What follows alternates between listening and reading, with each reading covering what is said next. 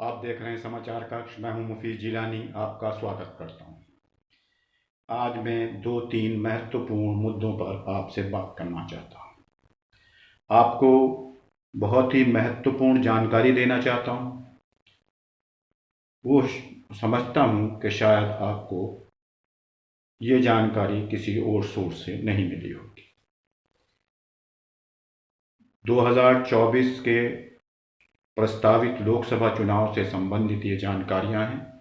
आप इस वीडियो को पूरी तरह देखें, आखिर तक देखें। 1 बाय 1 मैं आपको कुछ जानकारियां दूंगा जो आपके लिए महत्वपूर्ण हैं और इस मुल्क की सियासत के लिए भी महत्वपूर्ण है। आगे बढ़ने से पहले मैं आपसे रिक्वेस्ट करूंगा कि आप हमारे इस चैनल को सब्सक्राइब कर लें, बेल आइकॉन दबाना ना भूलें, हमें फॉलो करें, ज्वाइन करें और इस वीडियो को ज़्यादा से ज़्यादा लाइक करें, शेयर करें। 2024 के आने वाले लोकसभा चुनाव के मद्देनज़र सियासी सरगर्मियां बहुत तेज़ हैं। सत्तारूढ़ भारतीय जनता पार्टी एनडीए और विपक्ष का गठबंधन इंडिया दोनों अपनी तैयारियों में जुट गए हैं। इंडिया की 2 बैठकें इससे पहले हो चुकी हैं, एक पटना में, दूसरी बेंगलुरु में और तीसरी अब 31 अगस्त और 1 सितंबर को मुंबई में होने जा रही है, जिसमें तकरीबन विपक्षी पार्टियों के 80 नेता शामिल होंगे। और कहा यह भी जा रहा है, ये भी दावा इंडिया के नेताओं की तरफ से किया जा रहा है कि इसमें 26 दलों के अलावा कुछ नए दल भी शामिल हो सकते हैं और इनकी संख्या टोटल 29-30 भी पहुंच सकती है। अब मैं जो बात करने जा रहा हूं वो तो एक ये है कि इस इंडिया गठबंधन की जो 31 और 1 सितंबर को बैठक होने जा रही है, इसमें क्या क्या निर्णय हो सकते हैं, किन किन मुद्दों पर बात हो सकती है। दूसरा ये कि क्या समय से पहले चुनाव हो सकते हैं, जैसा कि इंडिया के गठबंधन के कई नेता इस ओर इशारा कर रहे हैं, जैसे ममता बनर्जी, जैसे M.K. स्टालिन जो तमिलनाडु के मुख्यमंत्री हैं और जैसे बिहार के मुख्यमंत्री नीतीश कुमार ने। हमने, आपको याद होगा, बहुत 1 महीना पहले ही सबसे पहले आपको ये ब्रेकिंग न्यूज़ दी थी कि सरकार यानी मोदी सरकार समय से पहले यानी मिड टर्म पोल, लोकसभा के मिड टर्म पोल करा सकती है। और ये चुनाव जो 5 राज्यों के विधानसभा चुनाव हैं, छत्तीसगढ़, राजस्थान, मध्य प्रदेश, तेलंगाना और मिजोरम, इनके साथ हो सकते हैं। ये हमने आपको 1 महीने पहले, आप हमारे इस यूट्यूब चैनल पे ये वीडियो अभी भी पड़ी हुई है, उसको देख सकते हैं। वही बात अब ये लोग कह रहे हैं और इसकी चर्चा आम हो गई है। अब मैं आता हूं इंडिया गठबंधन की बैठक। इंडिया गठबंधन की जो 31 और 1 सितंबर को बैठक होने जा रही है, उसमें कहा यह जा रहा है, जो वहां के पार्टी के नेताओं ने कहा है कि एक नीतीश कुमार जी इंडिया गठबंधन के संस्थापक हैं। उन्हीं के प्रयासों से ये गठबंधन बन पाया। इससे पहले थर्ड फ्रंट की चर्चा चलती थी। जी, एक मीटिंग भी अब होने वाली है, उसको लेकर भी प्रतिक्रिया दे दीजिए। 31 तारीख को और 1 सितंबर को मुंबई में मीटिंग होगी, जिसमें इसका विधान, इसका संविधान, इसका संगठनात्मक ढांचा, राज्यों के ढांचे और संयुक्त रैली के कार्यक्रमों पर विचार किया। एक झंडा इसका घोषित किया जाएगा, यानी सारे दल जो भी कार्यक्रम इंडिया गठबंधन के होंगे, रैली हो, प्रदर्शन हो, धरने हो, कोई भी होगा, वो उसमें वो एक झंडा नजर आएगा और एक सिंबल यानी लोगो होगा। अलग अलग पार्टियों के झंडे होने के बजाय एक लोगो और एक झंडे पर सारे कार्यक्रम होंगे। चुनाव भले ही पार्टी अपने अपने सिंबलों पर लड़ेंगी, लेकिन वहां भी एक गठबंधन और एक झंडा और एक लोगो होगा। इसके अलावा एक कोऑर्डिनेशन कमेटी बनाई जाएगी, उसकी भी घोषणा की जाएगी। जो बेंगलुरु में बैठक हुई थी वहां पर यह बताया गया था। इसके अलावा कॉमन मिनिमम प्रोग्राम पर भी हो सकता है इस बैठक में सहमति हो। और तीसरा जो अहम मुद्दा है वो ये कि संयोजक का नाम घोषित किया जा सकता है, और एक संयोजक ही नहीं बल्कि हो सकता है कि इसमें एक अध्यक्ष भी हो। जैसा कि आपने पहले एक ज़माने में 1996 में देखा होगा कि जब एक एनडीए गठबंधन बना तो उसके अध्यक्ष अटल बिहारी वाजपेयी थे और कन्वीनर जॉर्ज फर्नांडिस थे। ऐसा भी मुमकिन है कि उसी तर्ज पर इंडिया भी अपने पदाधिकारियों की घोषणा करे। इसके अलावा यह भी बताया जा रहा है कि तकरीबन 400 से 450 सीटें ऐसी चिन्हित कर ली गई हैं जिन पर एनडीए के खिलाफ इंडिया का एक उम्मीदवार होगा। कुछ सीटें बाकी जैसे उड़ीसा है, आंध्र प्रदेश है, तेलंगाना है और एक दो प्रदेश और हैं जहां पर मल्टी कैंडिडेट फाइट हो सकती है, लेकिन बाकी ज्यादातर सीटों यानी 400 से 450 सीटों पर एक ही उम्मीदवार एनडीए के खिलाफ इंडिया का गठबंधन का होगा। वो किसी भी पार्टी के जैसे भी तय फार्मूला हो जाएगा और इस बैठक में ये चर्चा की जाएगी।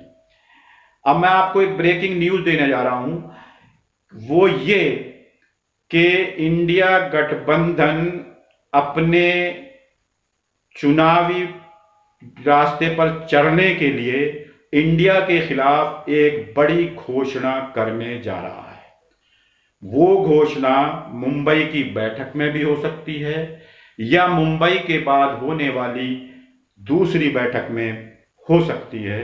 वो ये कि इंडिया दलित कार्ड खेलने जा रहा है।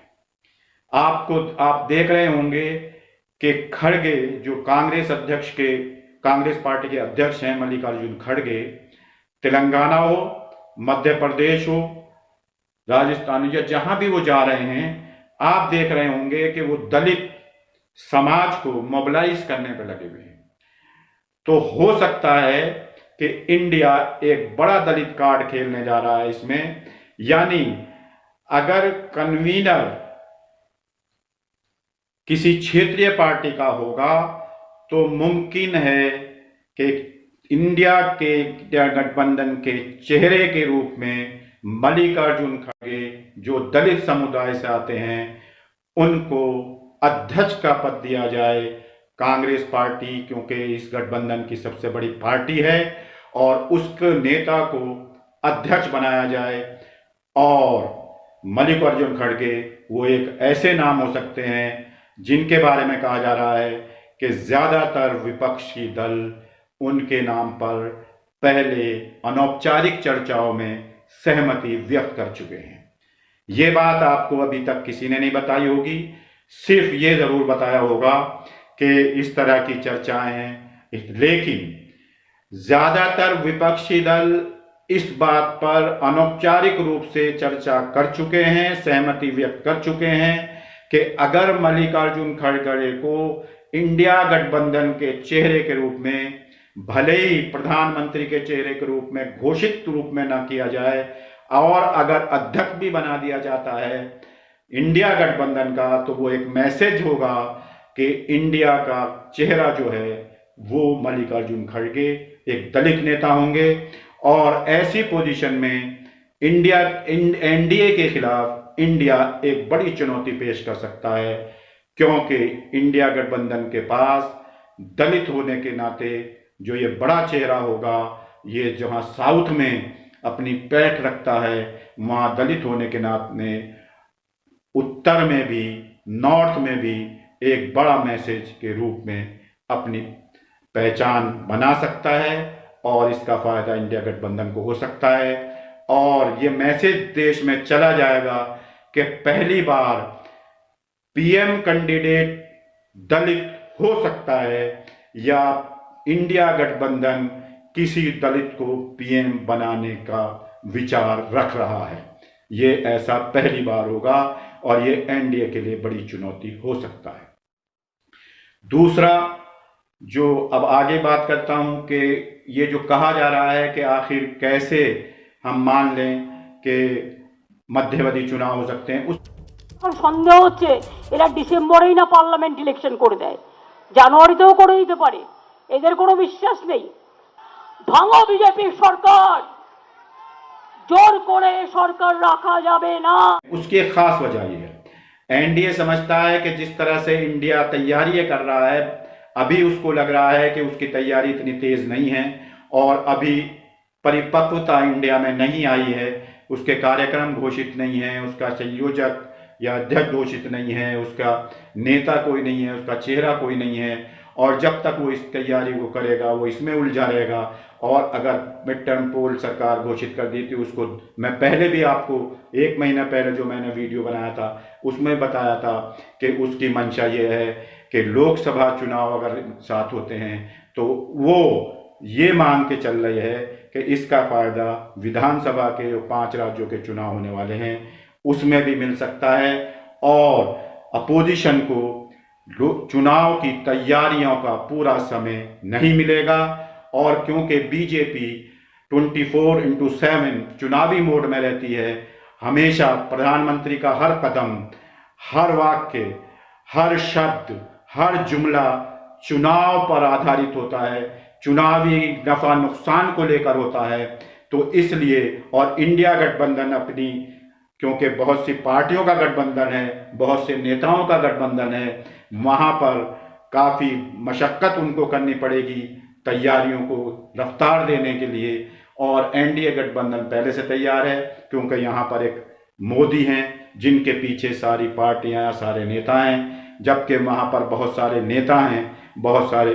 तो एनडीए ये समझता है कि इंडिया को काफ़ी मशक्क़त करनी पड़ेगी, उसकी तैयारी पूर्ण नहीं हो पाएंगी, और अगर दिसंबर में या नवंबर में इनके ये चुनाव विधानसभा चुनाव के साथ हो जाएंगे तो एनडीए को फायदा होगा। इसलिए ये बात कही जा रही है। ममता बनर्जी या एमके स्टालिन या नीतीश कुमार जो ये बात कह रहे हैं, उसकी एक वजह यह है कि इससे इंडिया को अपनी तैयारियों में तेजी लाने का वो होगा, तेजी लाएंगे, और एनडीए को चुनौती देने के लिए तेज कदम उठाएंगे। अपने सारे कार्यक्रम, सिंबल, झंडा, बैनर, रैली, प्रदर्शन में के जो कार्यक्रम है तेजी से तय करेंगे। अब आपसे मैं इजाज़त चाहता हूँ। मैं मुफीद जिलानी आपसे रिक्वेस्ट करता हूँ कि आप हमारे इस चैनल को सब्सक्राइब करें, बेल आइकन दबाना ना भूलें, फॉलो करें, ज्वाइन करें, और इस वीडियो को ज़्यादा से ज़्यादा लाइक करें, शेयर करें। शुक्रिया।